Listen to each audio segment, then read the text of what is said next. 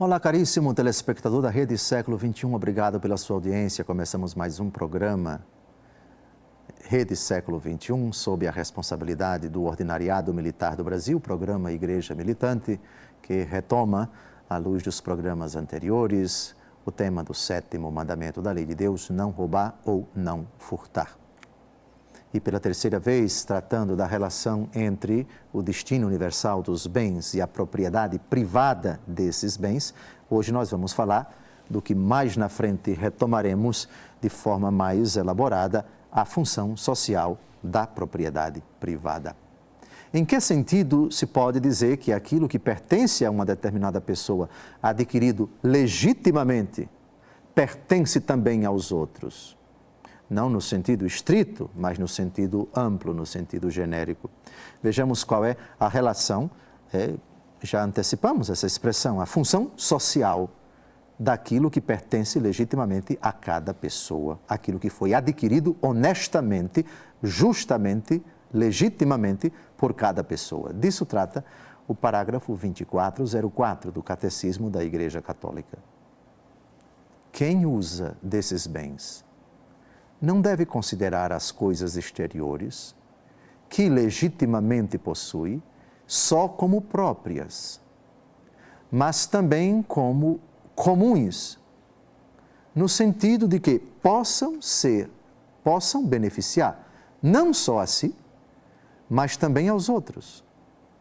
A propriedade de um bem faz do seu detentor um administrador da providência de Deus, com a obrigação de o fazer frutificar e de comunicar os seus benefícios aos outros, a começar pelos seus próximos. Então vejam que sabedoria da Igreja. Se é um direito natural de cada pessoa adquirir legitimamente, honestamente, os bens de Deus, registrá-los em seu nome, ter a propriedade deles, ter o domínio sobre esses bens. Por outro lado, eles não podem ser tratados como dessas pessoas em absoluto. Mas existe uma obrigação de estas pessoas que possuem esses bens se tornarem responsáveis por aqueles outros que não têm o que ele tem. Em que sentido? Quer dizer que ele tem que abrir mão da titularidade, do exercício, do domínio desses bens? Ou deve registrá-los em nome de todo mundo, dos pobres, etc.? Não. No sentido de que esses bens podem ser úteis não somente a ele, mas também aos outros. Pensemos aquele senhor lá no interior do Nordeste, onde dentro do seu terreno existe uma fonte de água. E naquela cidade falta água. E ele compreende que a água que brota na sua terra, brota não somente para ele. Ele abre então as porteiras do seu terreno e permite que os vizinhos possam entrar para tirar aquela água.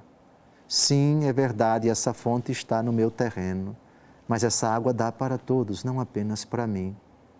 Reparem que bonito. Reparem que exemplo útil, exemplo bem claro desse parágrafo do Catecismo da Igreja Católica.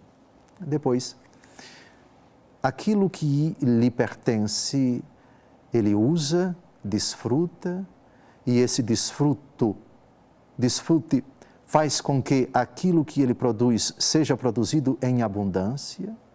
Ele produz muito mais do que aquilo que é suficiente para ele, e ele partilha, e ele doa.